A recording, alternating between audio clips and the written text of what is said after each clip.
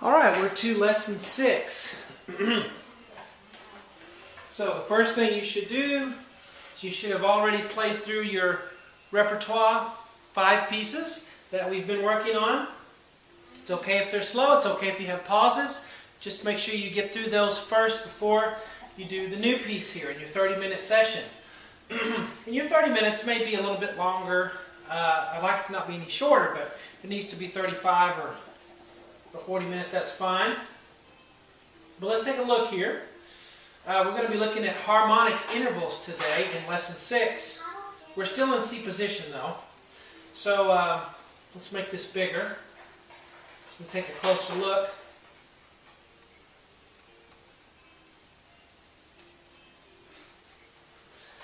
Alright. Give the computer just a second. Here we go. Alright, harmonic intervals are played,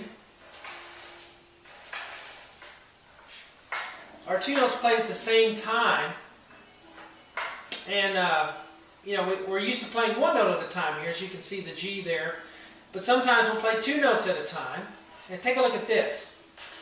Now those notes are written catty-cornered because they're so close together, you can't really write them on top of one another. So we see the G there in the top space. And we see the F right below it. See that? How those are both a G, that's a G and an F in the left hand. F's on the 4th line, G's in the top space. But they're written catty-cornered like that because you can't write them on top of each other like they would be right here. Okay? So we call this a second. And an N and a D there. That's a second right there. Alright? You play them together at the same time. Both of those. Okay? They're called a second because they're 2 notes apart. You count both of them. F and G. 1, 2. Now take a look at this. Here we're going to have a third. That's going to be G and an E with it, which is a third away. So you have a note in the top space, a note in the next space down. Yes, it's a G and an E, and yes, you should be able to identify those 2 notes and name their location on the piano, but you should also notice that they're a third. They're stacked on top of each other, nice and neat like that. And so that's called a third. Number 3, R, D. Alright, so there's a third. There's another third. Okay? They're called harmonic intervals when they're played together like that. Interval. Now let's take a look at a 4th. Take a look at that. You don't have to know this to be able to play these notes because, I mean, you know what the notes are, but it's helpful. This is a little bit of piano theory is what this is, a little bit of music theory. To know what intervals look like. Okay, when you have a 4th, you'll always have one of them a space and the other one a line, and they'll be about that far apart. They won't be stacked nice and neat like the third. They won't be catty-cornered like the second is, but it's a 4th, okay? So there's our 4th, 4 notes apart. So G, F, E, D, 1, 2, 3, 4, 4 notes. That's a 4th. Okay, I can play 4ths all over the piano. It's just talking about distance between 2 notes. When we talk about intervals, we talk about distance. Okay? One more to talk about today. That's the 5th. 5ths will always both be lines or both be spaces. In this case, they're both lines. A C and a G are both line notes. I mean, both space notes. Okay, just like the thirds were both space notes or both line notes. They both will be either both lines or both spaces. So here's a 5th. Okay, so that's what a 5th looks like. It's 5 notes apart. C, D, E, F, G. 1, 2, 3, 4, 5. You count both notes as you count. C, D, E, F, G. So C to G is 5.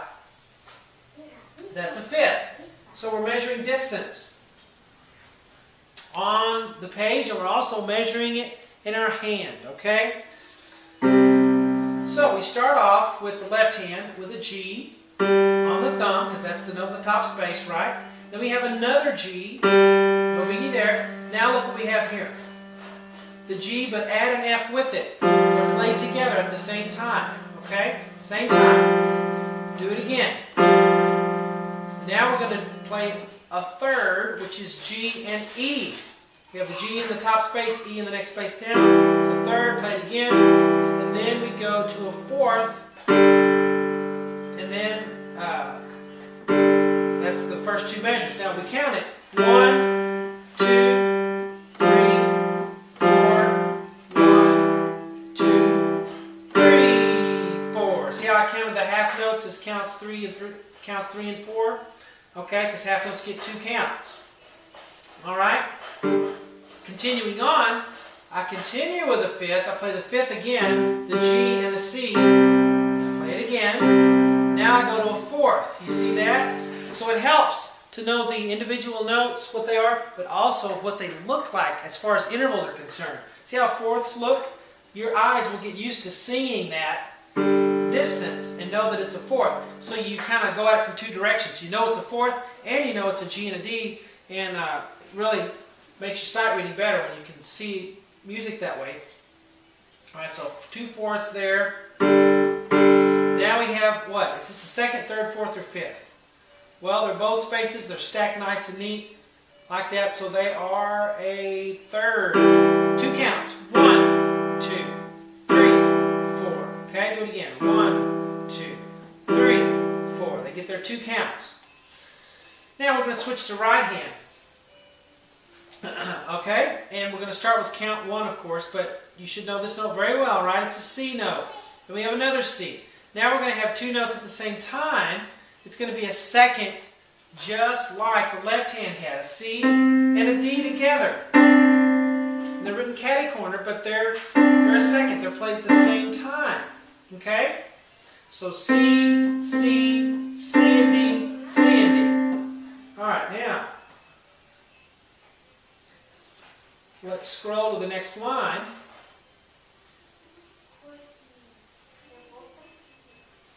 And we have a third here. Okay? So C and E together. Do it again. And then C and F together makes a fourth. 3, 4. So there's our fourth right there. Then we go back to a third. 1, 2. Now here we're going to have 2 notes at the same time.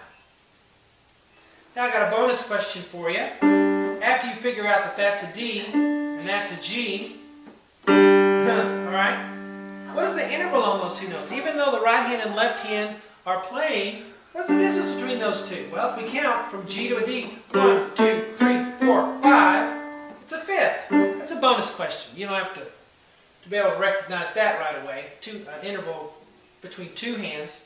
But we play those together.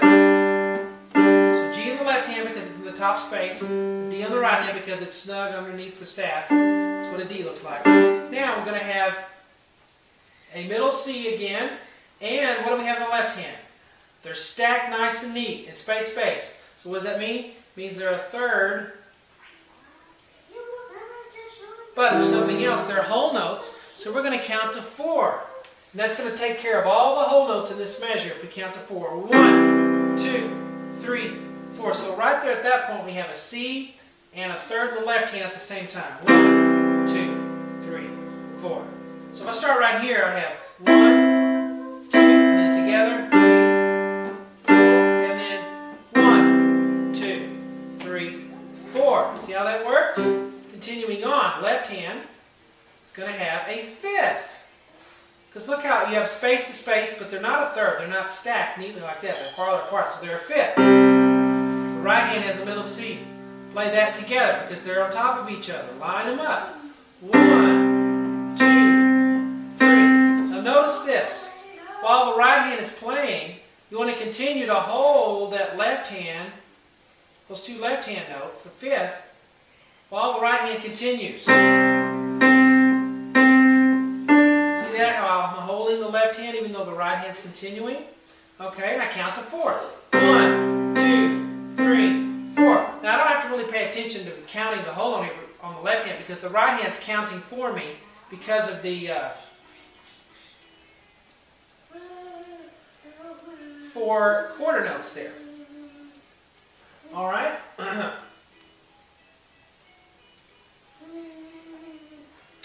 Alright, so we get to this measure here. We're going to have another fifth in the left hand, C in the G, But while I do that, I'm going to play an E with the right hand. 1, 2, because E is on the bottom line, correct? And then another E. So 2 E's in a row while I'm holding out the 5th in the left hand. 1, 2, 3, 4. There we go. 1, 2, 3, 4. Now I'm going to play this together, which is the 3rd in the left hand, okay? And a C in the right hand. Play it together. C in the 3rd. And then go to an E in the right hand. E's all by itself. So play an E here all by itself. Now I'm going to play this together because they're lined on top of each other. This is the 2nd in the left hand. The G and the F, remember that? Play that with the D in the right hand. Together, and then one more D. Right there, okay?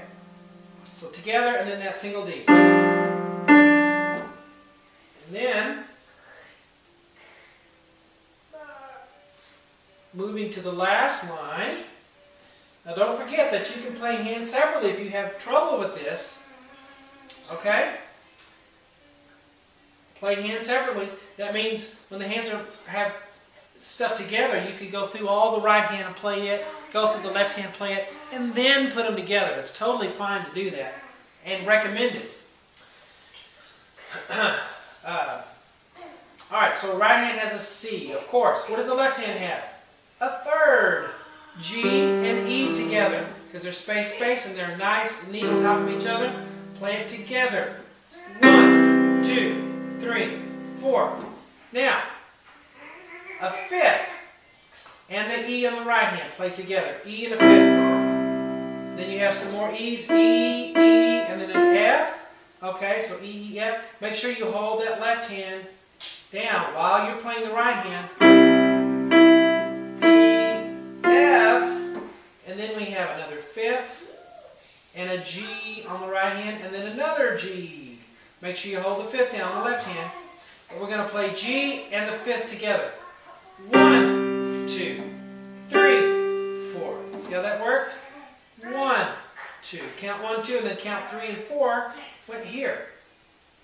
Now to finish up, the G in the right hand and the 2nd in the left hand are played together. F and G in the right hand together, and then F, E, D, because you should know what these notes are by now. You should be getting to know these. By all the flashcard practice you're doing and all of the note naming, say it, play it. Alright, and then we finally have a C, a middle C with the 3rd in the left hand. 1, 2, 3, 4 to end it, okay? Now, we went through slowly, dissected each measure. And did very well at that. This is a more challenging piece. You may have to do this one for several days, for 4 or 5, and that's okay. Really, it's okay. It's whenever you're ready to move on to the next one, okay? So this can stay in the new pieces column on your practice log sheet for several days. And there's nothing wrong with that. Alright, let's hear the whole thing. Ready? Find our C position. Right hand thumb on middle C, left hand pinky on middle C. Alright? Here we go. Ready? Go. 1, 2, 3, 4. I'm going to actually try something here that I thought about doing. And that is follow the bouncing dot. Let's see if we can do that. Ready? Go.